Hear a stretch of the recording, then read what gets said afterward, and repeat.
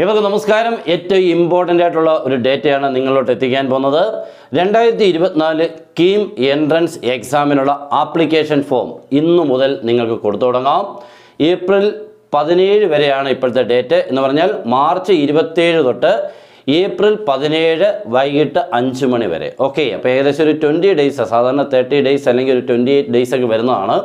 ചിലപ്പോൾ ഒരു എക്സ്റ്റൻഷനൊക്കെ ഉണ്ടായേക്കാം. അതുകൊണ്ടായിരിക്കും അവർ ഇച്ചിരി നേരത്തെ തന്നെ കംപ്ലീറ്റ് ചെയ്തിട്ട് ഒരു എക്സ്റ്റൻഷനൊക്കെ നടത്തി എന്തായാലും ഒരു മാസമൊക്കെ നമുക്ക് കംപ്ലീറ്റ് ചെയ്യുന്നതിനൊക്കെ കിട്ടും. എന്നാലും നിങ്ങളത് നോക്കണ്ട, ഇന്നു മുതൽ അങ്ങോട്ട് പരിപാടി തുടങ്ങുക. ഒരു നല്ല കാര്യമല്ലയോ, നേരത്തെ തന്നെ സ്റ്റാർട്ട് ചെയ്തോ. അപ്പോൾ നിങ്ങൾ എന്തൊക്കെയാണ് ചെയ്യേണ്ടത് എന്നുള്ളതൊന്ന് കേട്ടോണം. നിങ്ങളിപ്പോൾ ചെയ്യേണ്ടത്, ആപ്ലിക്കേഷൻ അയക്കുന്ന ടൈമിൽ ചെയ്യേണ്ടത്, നിങ്ങളുടെ SSLC സർട്ടിഫിക്കറ്റിൻ്റെ ഒരു കോപ്പി എന്തായാലും വേണം. 2, അതിനകത്ത് ജനന തീയതി മീൻസ് ഡേറ്റ് ഓഫ് ബർത്ത് അതിനുള്ളിൽ ഉണ്ടാവും, അത് വേണം. പിന്നെ നേറ്റിവിറ്റി സർട്ടിഫിക്കറ്റ്, നമ്മൾ എവിടെയാണ് താമസിക്കുന്നതെന്നുള്ളതിനെക്കുറിച്ചുള്ളത്. പിന്നെ നമ്മുടെ ഒരു ഫോട്ടോ വേണം. പിന്നെ ഒപ്പ്, അത് സൈൻ, നമുക്കത് ഇത് 2 സ്കാൻ ചെയ്താണ് നമ്മൾ അപ്ലോഡ് ചെയ്യുന്നത് കേട്ടോ.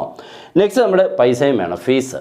ഈ ഫീസ് എന്ന് പറയുമ്പോൾ നമുക്ക് ഏകദേശം ഒരു 700 രൂപയാണ് ഇതിന് ജനറൽ കാറ്റഗറിയിൽ വരുന്നത്. എന്തെങ്കിലും മാറ്റം ഉണ്ടെങ്കിൽ നമ്മളത് ആപ്ലിക്കേഷൻ അയക്കുമ്പോൾ അത് ക്ലിയർ ആയിട്ട് കാണിക്കും, മാറ്റാൻ സാധ്യതയില്ല.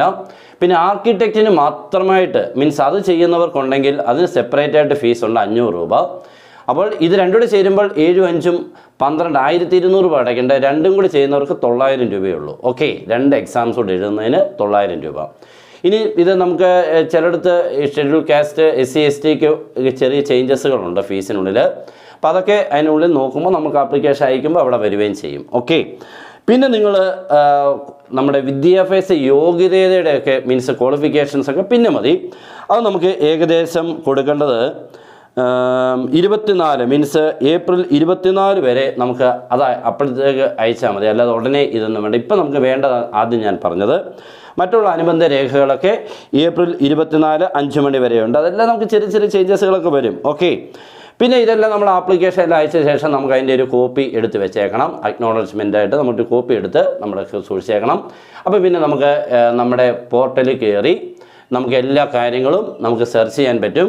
ഇനി നമുക്ക് നോക്കേണ്ടത് cee.gov.in കേരള കേട്ടോ, അതാണ് നമ്മുടെ സൈറ്റ്. അതിന് ഉള്ളിൽ നമുക്ക് എല്ലാ കാര്യങ്ങളും നിങ്ങൾക്ക് ഡീറ്റെയിൽസ് ആയിട്ട് കിട്ടും. പിന്നെ ഇതിൻ്റെ ഒരു ഫോൺ നമ്പർ അവർ പറഞ്ഞിട്ടുണ്ട്. ആ ഫോൺ നമ്പറിൽ നിങ്ങൾക്ക് കോൾ ചെയ്യാം. 0471 25 300. ഈ നമ്പർ നിങ്ങൾക്ക് വിളിച്ചാൽ കിട്ടുമെന്ന് എനിക്കറിയില്ല, കിട്ടുമായിരിക്കും.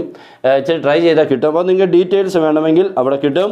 നമ്മുടെ സൈറ്റ് ഇതാണ് www.cee.kerala.gov.in.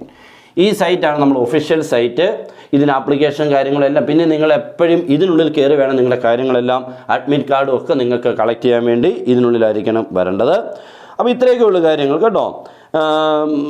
ഇത് അങ്ങോട്ട് എല്ലാ കാര്യങ്ങളും ഫില്ല് ചെയ്യുമ്പോൾ ശ്രദ്ധിക്കുക. വലിയ കാര്യങ്ങളൊന്നുമില്ല, ഒത്തിരിയൊന്നും ഫില്ല് ചെയ്യാനൊന്നുമില്ല. അപ്പോൾ അതുകൊണ്ട് അങ്ങോട്ട് ഇപ്പോൾ തുടങ്ങി വെക്കുക. ബാക്കി നമ്മുടെ എന്തൊക്കെ അപ്ഡേഷൻസ് വരുന്നോ അതെല്ലാം നിങ്ങൾക്ക് ആദ്യം നമ്മുടെ ഈ ചാനലിൽ കൂടെ കിട്ടും.